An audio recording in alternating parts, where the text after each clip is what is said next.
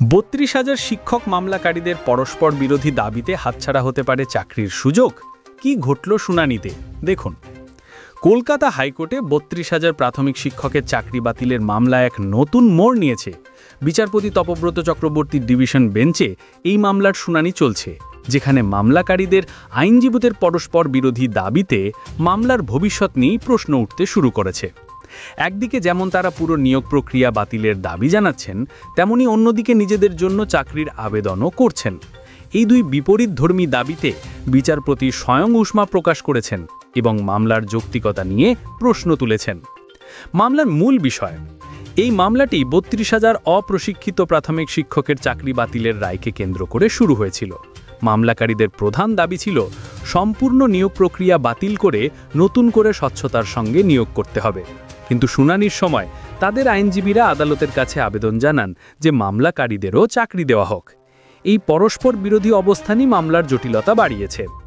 বিচারপতির প্রশ্ন, বিচারপতি তপব্রত চক্রবর্তী মামলাকারীদের আইনজীবীদের কাছে জানতে চান তারা আসলে কি চান। যদি পুরো প্যানেল বাতিল করা হয় তাহলে মামলাকারীদের চাকরি পাওয়ার কোনো সুযোগ থাকে না। আবার যদি তাদের চাকরি দিতে হয় তাহলে পুরো প্যানেল বাতিল করার দাবি ভিত্তিহীন হয়ে পড়ে। বিচারপতি স্পষ্ট জানান যে এই ধরনের পরস্পর বিরোধী দাবি নিয়ে মামলার শুনানি এগিয়ে নিয়ে যাওয়া সম্ভব নয়। বিচারপতির প্রশ্ন, বিচারপতি আইনজীবীদের কাছে জানতে চেয়েছেন যে আপনারা কি চান যে পুরো ৩২,০০০ জনের প্যানেল বাতিল হয়ে যাক, নাকি আপনারা নিজেদের জন্য চাকরি চান। এই প্রশ্নের কোনো সদুত্তর মামলাকারীদের আইনজীবীরা দিতে পারেননি। আদালতের অবস্থান, আদালত জানিয়েছে যে নতুন করে সম্পূর্ণ নিয়োগ প্রক্রিয়া চালানো বা রিপ্যানেলিং করা অত্যন্ত সময় সাপেক্ষ এবং জটিল। প্রায় ১,২৫,০০০ টেট উত্তীর্ণ চাকরি প্রার্থীর ভবিষ্যৎ এর সঙ্গে জড়িত। তাই আদালত এমন কোনো পদক্ষেপ নিতে চায় না যা পুরো প্রক্রিয়াকে আরও জটিল করে তুলবে। মামলাকারীদের ভবিষ্যৎ কি? আইনজীবী এবং বিশেষজ্ঞদের মতে মামলাকারীদের এই পরস্পর বিরোধী অবস্থান তাদের নিজেদের জন্যই ক্ষতিকর হতে পারে। যদি তারা তাদের দাবিতে স্থির না থাকেন তাহলে আদালত তাদের আবেদন খারিজ করে দিতে পারে। সেক্ষেত্রে তাদের চাকরি পাওয়ার স্বপ্ন অধারাই থেকে যাবে। এই মুহূর্তে মামলাকারীদের উচিত তাদের প্রধান দাবি কি তা পরিষ্কার করে আদালতের সামনে তুলে ধরা। যদি তাদের মূল লক্ষ্য চাকরি পাওয়া হয় তাহলে সেই পথেই তাদের এগোনো উচিত। বর্তমান পরিস্থিতি, আপাতত এই মামলার শুনানি চলছে।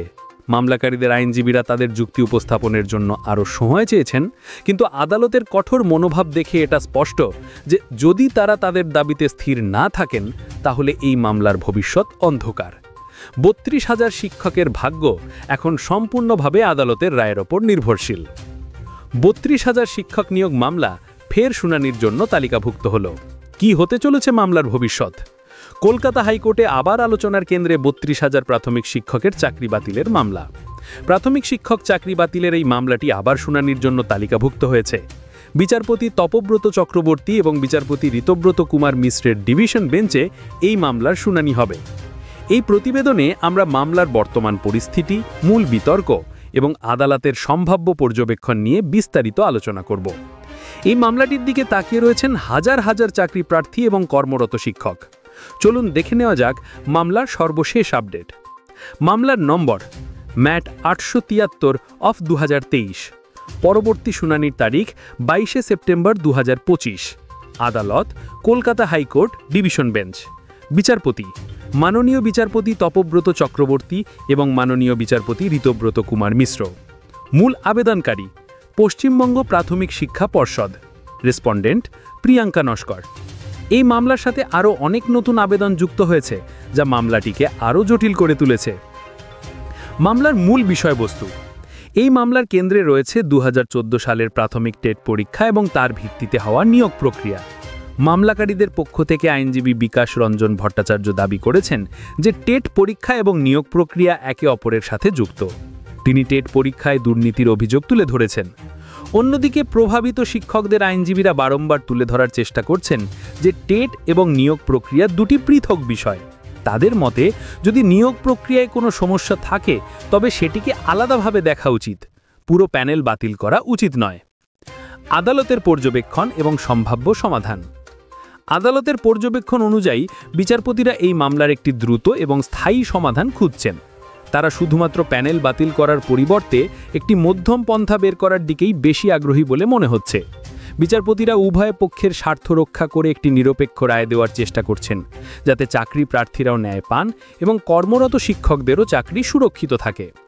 বিচারপতিদের মতে সম্পূর্ণ প্যানেল বাতিল করা কোনো সমাধান হতে পারে না, যেমনটা এসএসসির 26,000 চাকরির ক্ষেত্রে দেখা গেছে, যেখানে কোনো পক্ষই লাভবান হয়নি। তাই যদি নিয়োগ প্রক্রিয়ায় কোনো নির্দিষ্ট ক্ষেত্রে দুর্নীতি প্রমাণিত হয়, তবে শুধুমাত্র সেই অংশটি বাতিল করে বাকিদের চাকরি বহাল রাখার একটি সম্ভাবনা তৈরি হয়েছে। এই মামলাটি এখন একটি গুরুত্বপূর্ণ মোড়ে দাঁড়িয়ে আছে।